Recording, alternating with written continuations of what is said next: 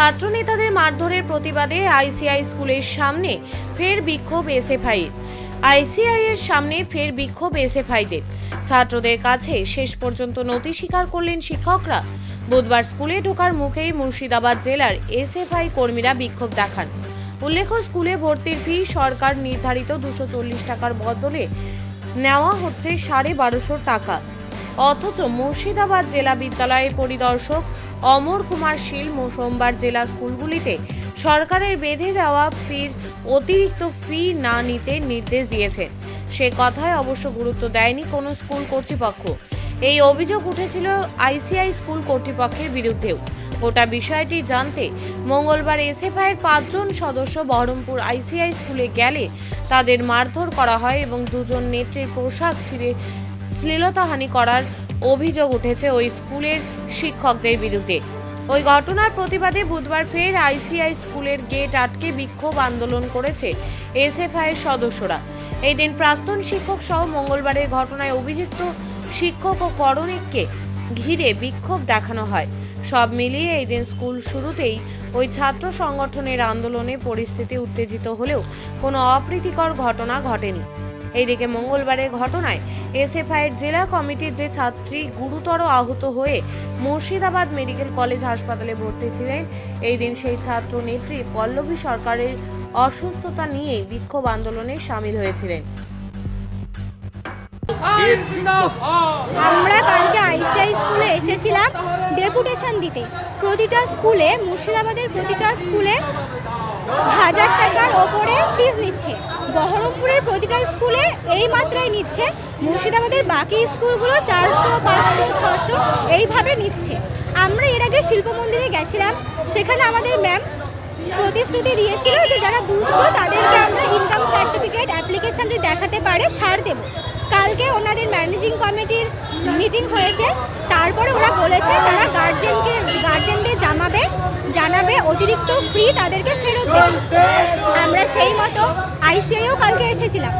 আমরা মারবো বা মার খাবো আমাদের এরকম কোনো ধারণাই ছিল না।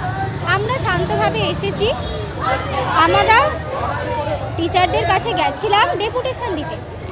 আমরা 2 ঘন্টা ধরে আমাদেরকে বসিয়ে রেখেছিল। প্রথম থেকেই ওরা উত্তেজিত হয়ে কথা বলেছে, আঙুল উঁচিয়ে কথা বলেছে। তারপরে আমরা মধ্যস্থতা করার চেষ্টা করি, আমরা শান্তভাবে কথা বলি, স্যাররা আসে বলে। আমরা 2 ঘন্টা অপেক্ষা করার পর যখন আমরা অফিসে যাচ্ছি আমাদের কেউ গুরুত্বই দিচ্ছে না।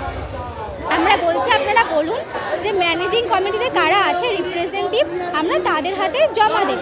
যেহেতু টিআইসি মিটিংয়ে গেছে, ওরা বারবার এটাই বলছে যে আজকে এ আসেনি, আজকে ও আসেনি। তখন আমরা বলি যে আপনাদের তো ম্যানেজিং কমিটিতে 3 জন সদস্য, 3 জনের মধ্যে একজনও আসেনি, এটা কখনো হতে পারে?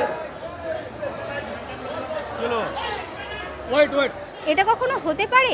তো তারপরে কি হয়েছিল যে আমরা তখন এইভাবে যখন হয় না, আমরা ওখান থেকে বেরিয়ে আসি।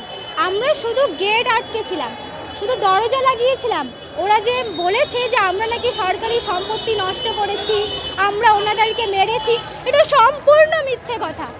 ওনারা আমাদেরকে প্রথম থেকে উঁচিয়ে কথা বলেছে, মেয়েদের শ্লীলতাহানি করেছে, আমার চুলের মুঠি ধরে আমাকে মেরেছে, ঘাট ধাক্কা দিয়ে বের করে দিয়েছে। আমার এই অবস্থা আজকে। আমি কালকে সারাদিন হসপিটালে ভর্তি ছিলাম। আমাদের এটাই বক্তব্য যে মেয়েদের সুরক্ষা কোথায়? তিলোত্তমা থেকে শুরু করে আবার সেই একই প্রশ্নে আমরা ফিরে আসছি যে মেয়েদের সুরক্ষা কোথায়, তিলোত্তমাদের সুরক্ষা কোথায়?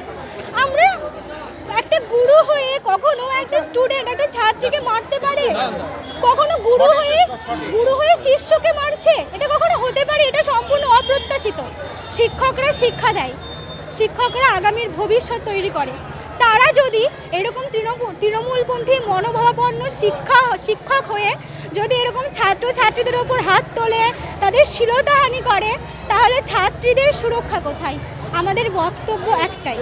আর অতিরিক্ত যে ফি নিয়েছে, আমাদের দাবি এটাই, তারা 240 টাকা রেখে তারা বাকি টাকাটা সমস্ত গার্জেনদের ফেরত দিক। কারণ এরকম অনেক দুস্থ পরিবার থেকে আসছে যাদের এই 1000 টাকা ফিটা অত্যন্তই বেশি। বলেছি যে শাটার না ওরা নামাতে না গেলে বা তালা মারতে না গেলে কিন্তু ঘটনাটা ঘটতো না। সেটা পুলিশকে পুলিশই বললো যে আমরা ভিডিও ফুটেজটা দেখব। পুলিশ নিজে ভিডিও ফুটেজ দেখেছে, ওরা দুটো শাটার পুরো নামিয়ে দিয়েছে, আর একটা নামাতে যাবে তখন শিক্ষকরা এবং আমাদের যারা অফিসে ক্লার্ক ছিলেন তারা প্রতিরোধ করেছে। তুমি শাটার নামাচ্ছ কেন? এই ঘটনার পরিপ্রেক্ষিতে পরবর্তী ঘটনা ঘটেছে, সেটাও কাম্য ছিল না, না ঘটলেই ভালো হতো। তো এই পরিস্থিতিতে আর একটা জিনিস ওরা যেটা বুঝতে চাইছে না, আমাদের গরমকালে আপনারা জানেন রাজ্য সরকার দীর্ঘদিন ছুটি ঘোষণা করে গরমের জন্য। আমরা একটা জেনারেটর আমাদের পূর্ববর্তী প্রধান শিক্ষক মহাশয় ডক্টর জয়ন্ত দত্ত কিনেছিলেন, বিভিন্নভাবে ম্যানেজ করেছিলেন। সাইলেন্ট জেনারেটর একটা আমাদের আছে। গরমকালে যখন আমাদের ক্লাস হয়, কারেন্ট থাকে না, আমরা কিন্তু জেনারেটরটা চালাই। তার ডিজেলের একটা পয়সা আমাদেরকে জোগাড় করে রাখতে হয় এবং 20 লিটার ডিজেল বা 30 লিটার স্টকে রাখতে হয়। তো এটারও তো একটা খরচ আছে, তো এই খরচটা আমরা কোথা থেকে পাবো? এই জন্যই সরকার নির্ধারিত টাকার থেকে খুব সামান্য টাকা এবং দুস্থদের ছাড় দিয়ে, যাদের অসুবিধা তাদেরকে ছাড় দিয়ে আমরা সেটা নিয়েছি। আর এদের বলার যেটা পদ্ধতিতে সবচেয়ে ভুল ছিল, 2 তারিখে বললে আমরা হয়তো সেটাও একটা ভাবনা চিন্তা করার জায়গা ছিল, কিন্তু 2 গেল, 3 গেল, 4 গেল, ভর্তি কমপ্লিট হয়ে গেল, এরা 6ও গেল, 6 তারিখ ক্লাস হলো তাও খবর নাই, 7 তারিখে এসে বলছে বর্ধিত ফি নেওয়া যাবে না। বলুন, এইভাবে যদি এরা মানে কি বলবো, বলার কিছু নাই। তারপর তো আজকে গেটে সমস্ত শিক্ষক শিক্ষিকাদেরকে এরকম একটা হেনস্থা, আমার মোটরসাইকেলের চাবি তুলে নিচ্ছে, ঢুকতে দেবো না, ইত্যাদি ইত্যাদি। তো আপনারা বাইরে মিডিয়া পার্সন ছিলেন, বলতে পারবেন, তিনি আমাকে কিছু এখনও বলেননি। তো এরকম একটা অস্থির পরিস্থিতির মধ্যে দিয়ে আমরা চলেছি, দেখা যাক কি হয়। বহরমপুর থেকে উম্মার শেখের রিপোর্ট, চেতনা নিউজ।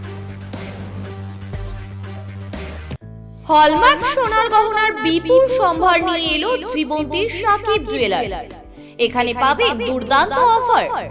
সোনার গহনার বিশ্বস্ত প্রতিষ্ঠান Jibonti Sakib jewellers and makers. একাধিক আকর্ষণীয় সোনার গহনার নকশা নিয়ে হাজির সাকিব জুয়েলার্স। নেকলেস থেকে কানের দুল, আংটি থেকে বিয়ের শাখা, পলা, নোয়া বাঁধানো সব ধরনের গহনাই পাবেন জীবন্তীর একমাত্র বিশ্বস্ত প্রতিষ্ঠান সাকিব জুয়েলার্সে। এখানে গ্রাহকের মনের মতো করে গয়না তৈরি করে দেওয়ার ব্যবস্থা রয়েছে। শুধু সোনার গহনাই নয়, কম দামে রূপোর, চাঁদির গহনার অভাবনীয় কালেকশনও রয়েছে জীবন্তী সাকিব জুয়েলার্স অ্যান্ড মেকার্সে। আমাদের ঠিকানা জীবন্তী বাস স্ট্যান্ড, শাহিদ হাজি মার্কেট, কান্দি, মুর্শিদাবাদ। যোগাযোগ নম্বর 9932846770 অথবা 7478666786।